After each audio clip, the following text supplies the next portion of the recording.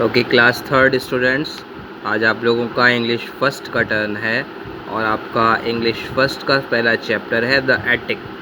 आज आपका कंप्यूटर का टर्न भी है जिसकी वीडियो ग्रुप में आ चुकी है।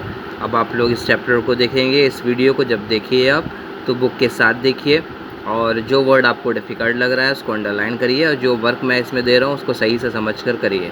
जो बुक वर्क है उसको बुक में करिए और जो कॉपी वर्क है उसको कॉपी में। आपका पहला चैप्टर है इंग्लिश फर्स्ट का द एटिक। एटिक कहते हैं एक तरह के स्टोर रूम को, जो पहले जब हवेली या ऐसे घर बनते थे तो घरों की छत पर छोटे छोटे स्टोर रूम्स बनाए जाते थे जो अब अलग से बनते हैं। तो ऐसे छोटे रूम, ऐसे स्टोर रूम को जो घरों की छत पर बनते हैं उनको एटिक बोलते हैं। तो आपका पहला चैप्टर इसी एटिक से रिलेटेड है। इनमें सबसे पहले इन्होंने क्वेश्चन ही दिया है। देखिए दो पिक्चर बनी हुई है एंड दो क्वेश्चन है। Name the rooms shown in the pictures above. इनके नेम लिखने हैं आपको बुक में ही। क्वेश्चन नंबर 1 के सामने पेंसिल से आप लिख देंगे name the room shown in the pictures above. उसका जो भी नेम है आप उस क्वेश्चन के आगे पेंसिल से लिख देंगे कॉमास लगाकर।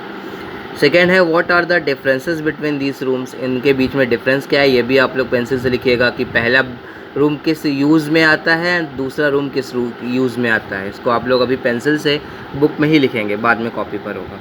अब देखिए चैप्टर हम शुरू कर रहे हैं रीडिंग जंक्शन। ये चैप्टर आपको वीडियो वाइज आपको नेक्स्ट करिकुलम एप्लीकेशन में मिल जाएगा जिसमें इस चैप्टर को वीडियो से समझाया गया है, यानी कि पूरी स्टोरी एक कार्टून जैसे चलता है। फिलहाल अब आप लोग बुक में देखिए। Let us read how Afzal and his friends play on a rainy day. इस चैप्टर में बताएंगे कि अफजल और उसके दोस्त किस तरह से एक रेनी डे में खेलते हैं।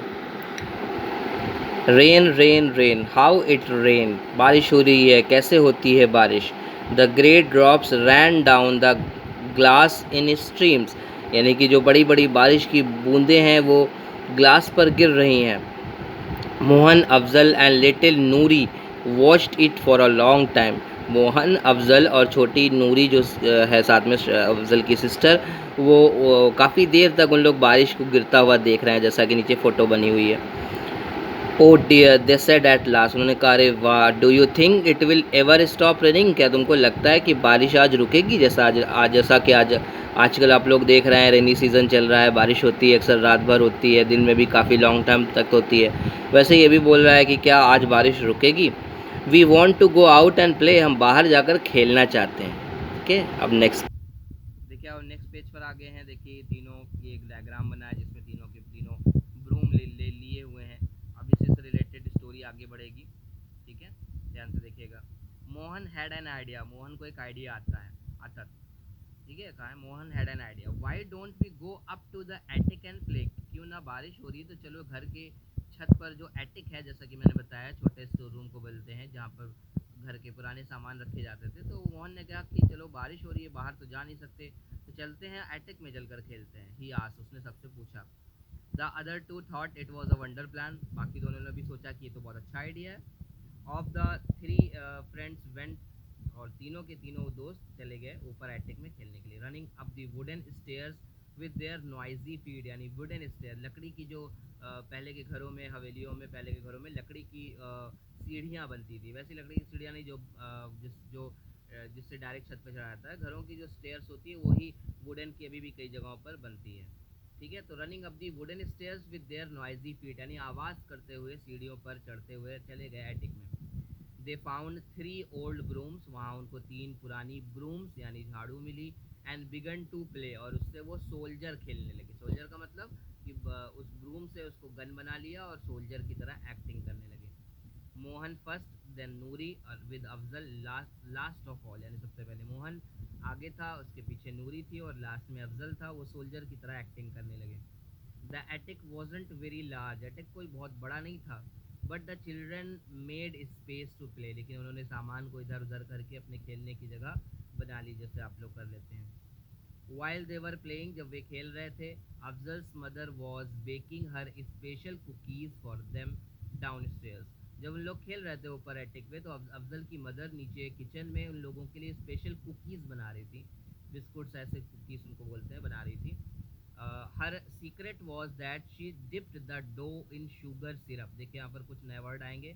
ये बता रहे हैं पहले कि उनकी जो वो कुकीज़ बनाती थी अफजल की मदर, तो उसके वो इतनी डिलीशियस जो होती थी, उसका सीक्रेट ये है कि वो डो को शुगर सिरप में डुबोती थी। अब डो क्या होता है? डो कहते हैं, जैसे आप लोग डबल रोटी या बन खाते हैं, तो जब वो कच्चा होता है, यानी कि जब वो बन रहा होता है, आटे का जो एक गोला होता है, जिसको बाद में वो डबल रोटी या ब्रेड या बन में चेंज करते हैं, उसको डो बोलते हैं। उसमें और भी कई तरीके होते हैं, उसको यीस्ट से बनाया जाता है, वो बहुत पफी होता है, तो उसी को डो बोलते हैं। और शुगर सिरप कहते हैं, इंडिया में कम यूज़ होती है, इंडिया में हम लोग उसको चाशनी भी बोलते हैं, और बाहर के देशों में शुगर सिरप बनी हुई आती है, तो उसमें वो डुबो कर बनाती हैं।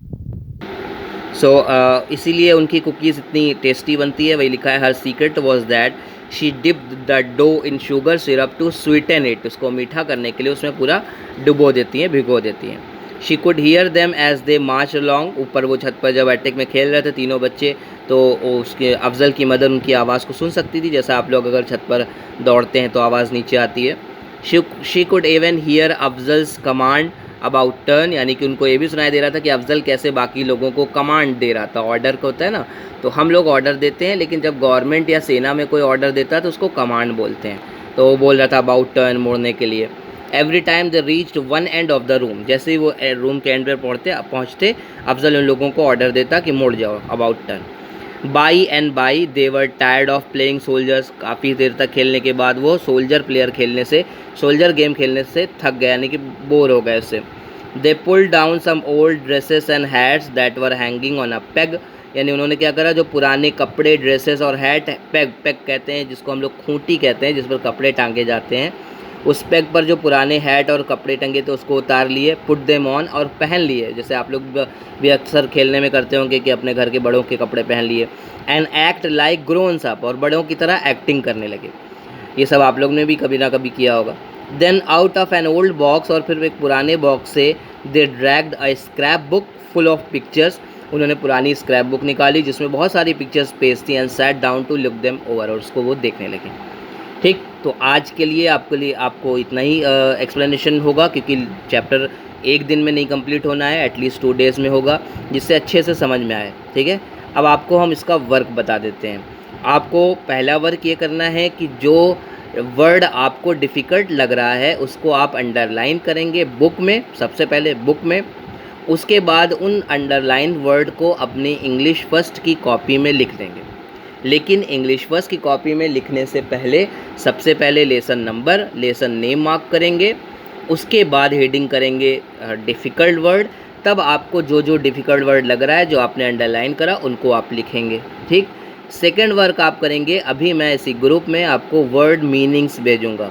ठीक, उन वर्ड मीनिंग को अगले पेज पर कॉलम, जैसे आप स्कूल में बनाते थे वर्ड मीनिंग का, वो कॉलम बनाकर आप वर्ड मीनिंग लिख लेंगे। ठीक, 3rd क्लास स्टूडेंट है, इसलिए सब कुछ सारा काम पेंसिल से होना चाहिए, नीट एंड क्लीन राइटिंग में। ठीक, एंड जो बुक का मैंने एक वर्क दिया पहले पेज पर, जिसमें आपको रूम का नेम लिखना है और उनका यूज़ लिखना है, वो आप बुक में ही करेंगे।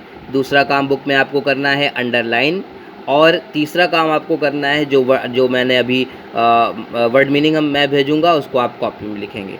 और लास्ट वर्क आपको ध्यान से सुन लीजिए करना है कि इस चैप्टर को जितना मैंने रीड करवाया है उतना पढ़ते हुए उसकी ऑडियो रिकॉर्डिंग या वीडियो रिकॉर्डिंग भेजनी है। ठीक है, एक बार फिर से हम रिवाइज़ करा रहे हैं। आपका पहला वर्क है इस बुक में, जो पहले पेज पर 2 रूम की फ़ोटो बनी है, उनके नेम और उनके यूज़ लिखने हैं बुक में ही पेंसिल से। दूसरा काम करना है बुक में डिफ़िकल्ट वर्ड को अंडरलाइन और उन डिफ़िकल्ट वर्ड को कॉपी में लिखना। तीसरा काम आपको करना है कि जो मैं वर्ड मीनिंग भेजूंगा उसको कॉपी में वर्ड मीनिंग के कॉलम में लिखना है।